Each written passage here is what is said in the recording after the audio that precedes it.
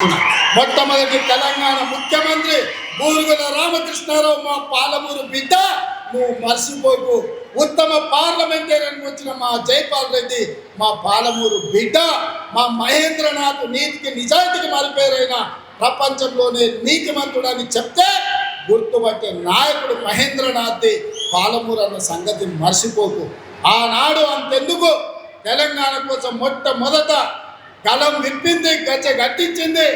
ఇదే ప్రాంగణంలో సమావేశం పెట్టింది డాక్టర్ జిల్లెళ్ళ చిన్నారెడ్డి. 2000 సంవత్సరంలో తెలంగాణ రాష్ట్రాన్ని, మళ్ళీ తెలంగాణ ఉద్యమానికి ఊపిరి ఊదింది డాక్టర్ జిల్లెళ్ళ చిన్నారెడ్డి పాలమూరు బిడ్డ అని మర్చిపోకు చంద్రశేఖరరావు.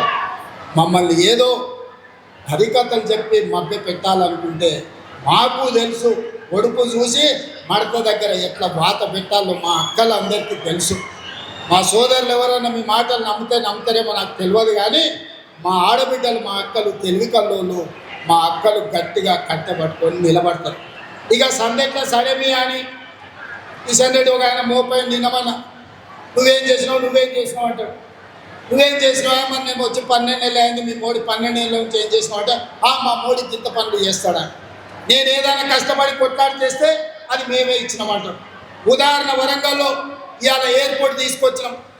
నానా తిప్పల పడి ఢిల్లీకి వెళ్ళి నేను కూర్చొని వచ్చిన. కానీ కిషన్ రెడ్డి అంటున్నాడు, లేదు ఆ ఎయిర్పోర్ట్ నేనే తెచ్చిన, మేము ఇచ్చింది ఎయిర్పోర్టు మా మోడీ ఇచ్చిండు, నేను తెచ్చిన అంటున్నాడు. ఓకే, నాకేం అభ్యంతరం లేదు. మీడియా మిత్రులారా, మోడీ గారు ఇచ్చిండు, కిషన్ రెడ్డి గారు తెచ్చారు. అది నిజమైతే మెట్రో రాలేదు కదా, రాలేదంటే ఆపింది మోడే కదా.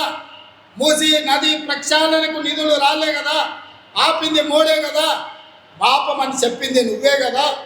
రీజనల్ రింగ్ రోడ్ ఉత్తర భాగం నేను తెచ్చిన అంటున్నావు కదా, దక్షిణ భాగం ఆగిపోయింది, ఆపింది నువ్వే కదా. ఉత్తర భాగం కూడా క్యాబినెట్లో పెట్టకుండా టెండర్లు పిలిచిన వాయిదాలు వేస్తున్నది నువ్వే కదా. మా పాలమూరు రంగారెడ్డి ఎత్తిపోతలకు 60 టీఎంసీల నీటి కేటాయింపులు 10 ఏళ్ల నుంచి పెండింగ్ ఉన్నది కదా, ఆపింది నువ్వే కదా. ఈరోజు మా కాళేశ్వరానికి నీటి కేటాయింపులు, మా సమ్మక్క సారలమ్మ ప్రాజెక్టుకు నీటి కేటాయింపులు, మా సీతారామ సాగర్కు నీటి కేటాయింపులు కేంద్ర ప్రభుత్వం 10 ఏళ్ల నుంచి ఆపుతున్నదంటే మోడీ గారు ఆపినట్టే, కిషన్ రెడ్డి గారు చెప్పినట్టే కదా. ఈ లాజిక్ ఎందుకు మిస్ అయిపోయినావు కిషన్ రెడ్డి గారు అని నేను అడుగుతున్నా. వస్తేనేమో ఆయన ఖాతాలు రాసుకుంటాడట, రాకపోతేనేమో రేవంత్ రెడ్డి ఏం చేయలేదు అంటున్నాడు. నేను 55,000 ఉద్యోగాలు ఇచ్చిన, సంవత్సరానికి 2 కోట్ల ఉద్యోగాలు ఇస్తాడు. 12 ఏళ్ళైంది ప్రధానమంత్రిగా మోడీ పదవి చేపట్టి 24 కోట్ల ఉద్యోగాలు ఇవ్వాలి. తెలంగాణ రాష్ట్రంలో నేను ఎల్బీ స్టేడియంలో తలలు లెక్క గట్టి 55,163 మందిని నేను తలలు లెక్క గట్టిస్తా. మీ మోడీ తెలంగాణలో ఎన్ని ఉద్యోగాలు ఇచ్చిందో నువ్వు లెక్క గట్టి చెప్పు కిషన్ రెడ్డి అని నేను అడుగుతున్నా. అయితే గీతే మోడీ ఇచ్చింది 2 బోడి ఉద్యోగాలు, ఒకటి కిషన్ రెడ్డికి, రెండోది బండి సంజయ్కి. ఇదంతా ఎట్లుందా అంటే గుండు అరగుండు బ్రహ్మానందం దగ్గరికి పోయినట్టుంది.